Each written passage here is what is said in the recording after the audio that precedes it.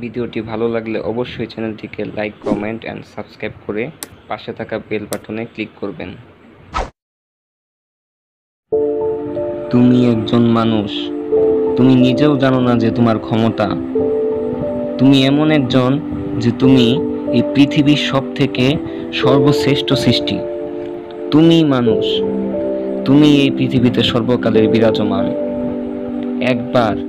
একবার চোখ মেলে দেখো নিজেকে, তোমার অবয়ব কেমন সুন্দর, শক্তি, সামর্থ্যমান।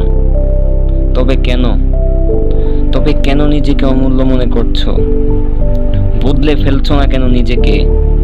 কেন তুমি মনে করছো যে তুমি কিছু পারো না? কেন তুমি মনে করছো যে তোমার দ্বারা হবে না? কেন তুমি ভাবছো যে জীবন যুদ্ধের যোদ্ধা তুমি নয়? কেন? তোমার বাড়ি নেই, টাকা নেই, গার্লফ্রেন্ড নেই, তাই জন্যই তুমি অচল হয়ে গেছো? কেন? তোমার সব শেষ হয়ে গেছে এর জন্যই? অথচ দেখো, তুমি কোটি কোটি শুক্রাণুর সাথে লড়াই করে ঠিকই একদিন এই যুদ্ধে জয়ী হয়ে পৃথিবীতে জন্ম নিয়েছো। তবে কেন তুমি নিজে কেমন ভাবছো?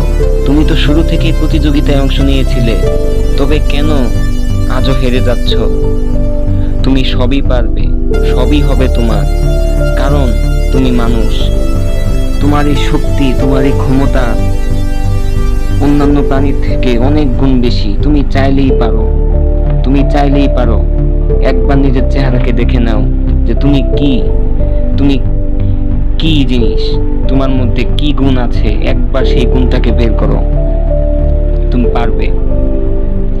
কখনো এই পৃথিবীর কাছে হেরে যাবে না, কারণ তুমি মানুষ।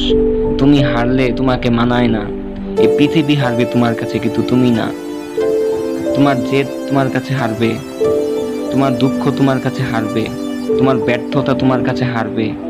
সফল হবে তুমি, কারণ তুমি মানুষ। তুমি মানুষ, এ কথাটি একবারও ভুলে যেও না। কেন তুমি আত্মহত্যার কথা চিন্তা করছো? তুমি মানুষ, তোমাকে আত্মহত্যা করা মানায় না। তোমাকে বাঁচতে হবে। তোমার এই পৃথিবীতে বেঁচে থাকার অধিকার আছে।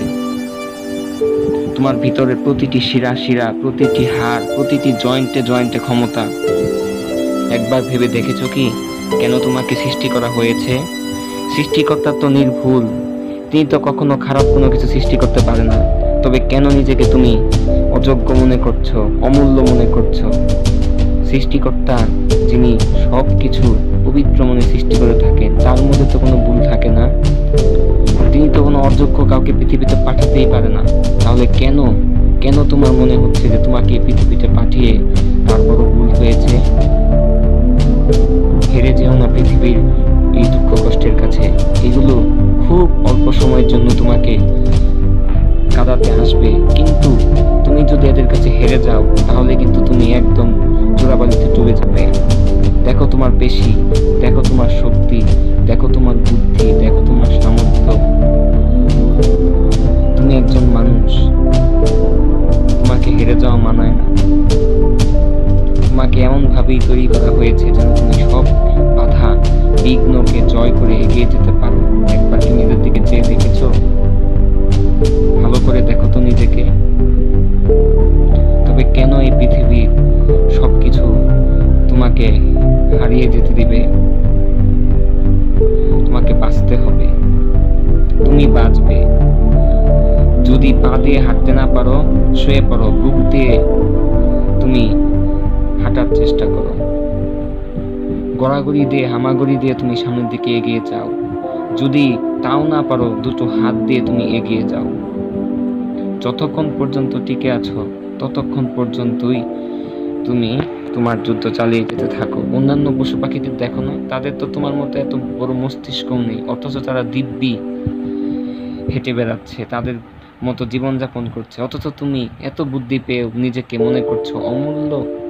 একটা গরু যেখানে নিজেকে অমূল্য মনে করে না, সেখানে তুমি তো অমূল্য, অযোগ্য নও। একটা পাখিকে দেখো, সে সকাল থেকে সন্ধ্যা পর্যন্ত এমন রুটিন ভাবে জীবনযাপন করে যেন তার মতো আর কেউ নেই।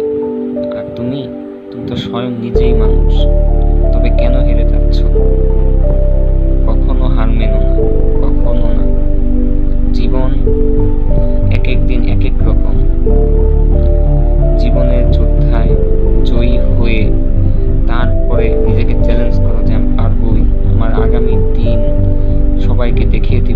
কতটুকু যোগ্য। কোনো কিছুর কাছে কখনো হেরে যেও না।